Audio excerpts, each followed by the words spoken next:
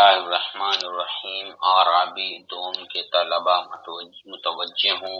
آج ہم بھاشا بھارتی بھاگ 5 کا پاٹھ نمبر 7 پڑھیں گے۔ یہ سبق پیج نمبر 24 پر موجود ہے۔ بالک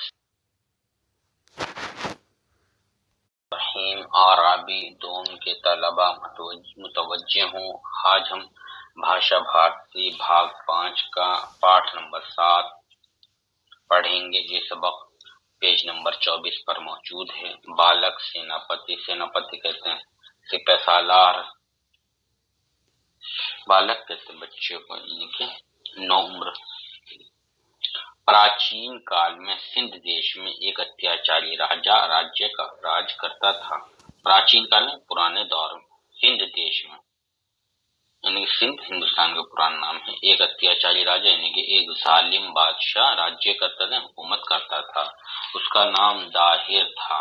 سندھ سمندر سے ملا ہوا چھیتر ہے۔ سندھ سمندر سے ملا ہوا علاقہ، چھیتر علاقے کو کہتے ہیں۔ سمندر میں جلیان چلتے ہیں، جلیان جہاز، جلیان سندھ کے چھیتر سے گزرتے تو اتیاچاری راجا پانی کے جہازوں پر آکرمن کر دیتا۔ آکرمن کہتے ہیں حملہ۔ ان پر لدا ہوا سارا سامان، دھن و انیہ سامگری لوٹ لیتا۔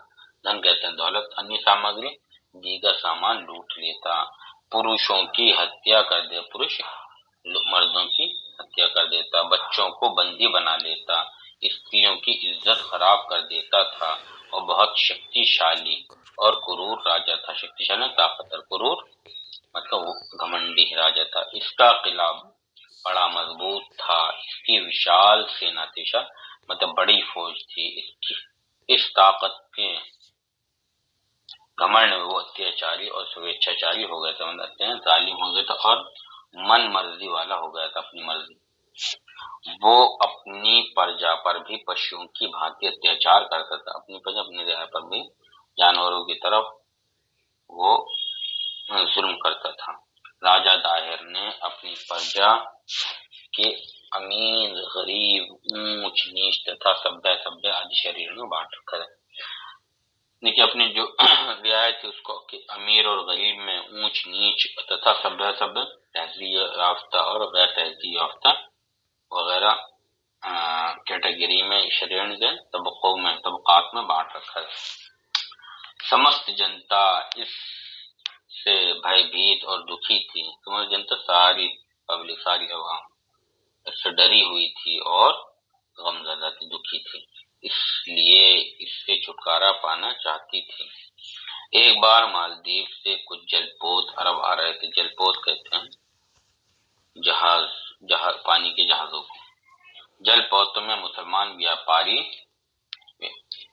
اور ان کے بال بچے تھے۔ مسلمان ویاپاری، مسلمان تاجر۔ راجا داہر نے ان جہازوں پر آکرمن کر دیا، جلپوتوں کو لوٹ لیا گیا، مسلمان ویاپاریوں کی ہتیا کر دی اور ان کے بچے اور عورتوں کو بندی بنا لیا گیا۔ اس سمے مسلمانوں کا سامراجیہ کہتے ہیں، حکومت یا اختیارات عرب سے لے کر ایران سے آگے مکران تک پھیلا ہوا تھا۔ عراق اسلامی راجیہ کا ایک پردیش تھا۔ عبد المالک مسلمان گورنر راجیپال تھے۔